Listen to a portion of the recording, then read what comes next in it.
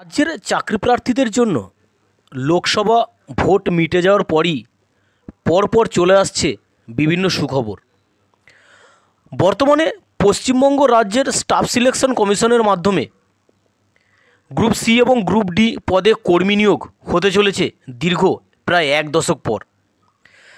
মাধ্যমিক, উচ্চ মাধ্যমিক এবং গ্র্যাজুয়েশন পাস যোগ্যতায় বিভিন্ন পদে চাকরি প্রার্থীরা আবেদন করার সুযোগ পেয়ে যাচ্ছেন খুব শীঘ্রই।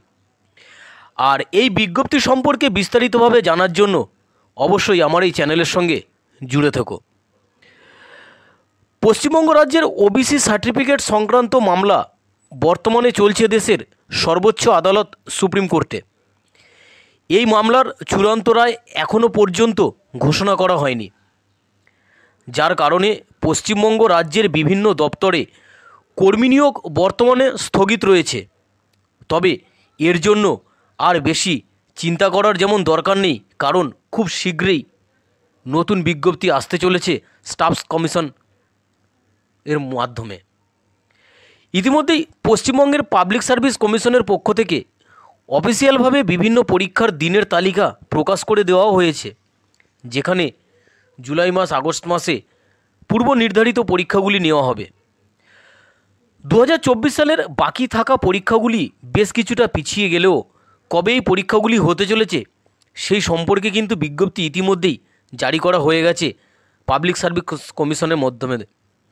এর পাশাপাশি পশ্চিমবঙ্গের স্টাফ সিলেকশন কমিশনের পক্ষ থেকে গ্রুপ সি এবং গ্রুপ ডি পদে খুব শীঘ্রই কর্মী নিয়োগ হতে চলেছে। এই নিয়োগের প্রক্রিয়া যত শীঘ্র সম্ভব কার্যকর করার জন্য স্টাফ সিলেকশন কমিশনের পক্ষ থেকে আগামী 2 বছরের চুক্তিতে নতুন চেয়ারপারসন নিয়োগ করা হয়ে গেছে। আর যেখানে কয়েক হাজার শূন্য পদে ডব্লিউবিএসএসসি অর্থাৎ স্টাফ সিলেকশন কমিশনের মাধ্যমে নিয়োগ করা হবে চাকরি প্রার্থীদের।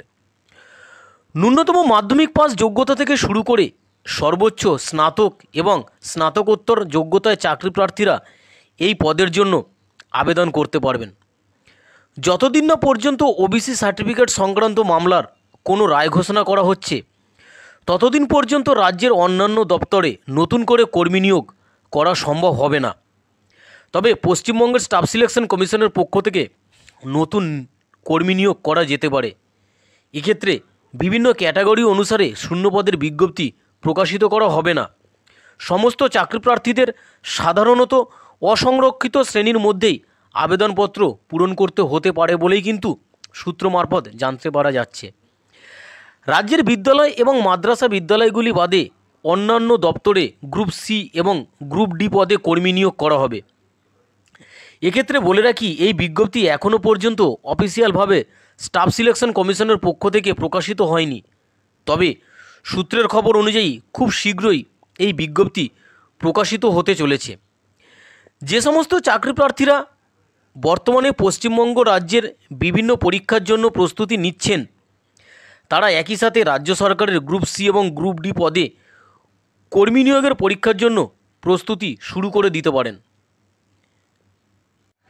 আর এখানে ভালো খবর এটাই যে স্টাফ সিলেকশন কমিশনের চেয়ারম্যান পদ পূরণ হতেই সরকারি অফিসে স্থায়ী কর্মী নিয়োগের ব্যাপারে প্রশাসনিক তৎপরতাও শুরু করা হয়েছে। এসএসসির মাধ্যমে সি এবং ডি গ্রুপে এবছরের মধ্যেই কর্মী নিয়োগ প্রক্রিয়া শুরু হবে বলে মনে করা হচ্ছে। সরকারি সূত্রের খবর, দুটি শ্রেণী মিলিয়ে অর্থাৎ গ্রুপ সি এবং গ্রুপ ডি মিলিয়ে প্রথম পর্যায়ে অন্তত 11 থেকে 12,000 কর্মী নিয়োগ হতে পারে এ রাজ্যে। আর এটাও জানতে পারা যাচ্ছে যে প্রথম পর্যায়ে গ্রুপ ডি কর্মী নেবে 8,000-এর কিছু বেশি। গ্রুপ সি পদে নেওয়া হবে 3 থেকে 4,000 জনকে।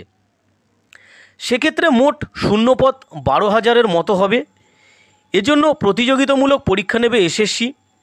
শীঘ্রই এই সম্পর্কিত বিজ্ঞপ্তিও দেওয়া হতে পারে। সম্প্রতি মন্ত্রিসভার বৈঠকে রাজ্য সরকার বিভিন্ন দপ্তরে সি ও ডি গ্রুপের জন্য কয়েকশো নতুন পদ সৃষ্টি করে নিয়োগের ছাড়পত্র দিয়েছে এবং সেগুলিও পূরণ করবে এসএসসি। প্রাপ্ত খবর অনুযায়ী গ্রুপ সিতে মূলত লোয়ার ডিভিশন অ্যাসিস্ট্যান্ট নিয়োগ করা হবে, যাকে এলডিএ বলা হয়। আর পরীক্ষা পদ্ধতি কীরকম হবে তারও একটি প্রাথমিক খসড়া তৈরি হয়ে গেছে বলেই কিন্তু সূত্র মারফত জানতে পারা যাচ্ছে। আর যেটি চূড়ান্ত হলেই নিয়োগ বিজ্ঞপ্তি দিয়ে দেওয়া হবে। লিখিত পরীক্ষা ও ইন্টারভিউয়ের ভিত্তিতেই চূড়ান্ত সফল প্রার্থীদের বাছাই করা হবে। আর এলডিএ নিয়োগের ক্ষেত্রে কম্পিউটারে লেখার পরীক্ষা কিন্তু অবশ্যই দিতে হবে প্রার্থীকে। এবং সূত্র মারফত এটাও জানতে পারা যাচ্ছে যে প্রিলিমিনারি ও মেইন লিখিত পরীক্ষা নেওয়া হবে এই দুটি পর্যায়ে এবং দুটি স্তরে। দুটি পরীক্ষায় নেওয়া হবে অবশ্য একই সঙ্গে, আলাদা কোনো ডেট কিন্তু করা হবে না। শুধুমাত্র ওই পরীক্ষায় সফল প্রার্থীদের মেন পরীক্ষার উত্তরপত্র দেখা হবে এবং তার ভিত্তিতে নেওয়া হবে ইন্টারভিউ। তো বন্ধুরা, দীর্ঘ 1 দশক পরে যে এসএসসির মাধ্যমে অর্থাৎ স্টাফ সিলেকশন কমিশনের মাধ্যমে নতুন বিজ্ঞপ্তি আসতে চলেছে, তা নিয়ে আমি তোমাদের কাছে এই ভিডিওটি উপস্থিত করলাম। আশা করি ভিডিওটি তোমাদের ভালো লেগেছে। বন্ধুরা, ভিডিওটি শেষ করার আগে তোমাদের কাছে অনুরোধ, আমার চ্যানেলে যারা নতুন আছো অবশ্যই সাবস্ক্রাইব করে বেল আইকনটি ক্লিক করে রেখে দিও, যাতে আমি যখনই কোনো ভিডিও তোমাদের জন্য আপলোড করি তোমরা অতি দ্রুত সেই খবর পেয়ে যাও। তো আজ এই পর্যন্ত বন্ধুরা, ধন্যবাদ।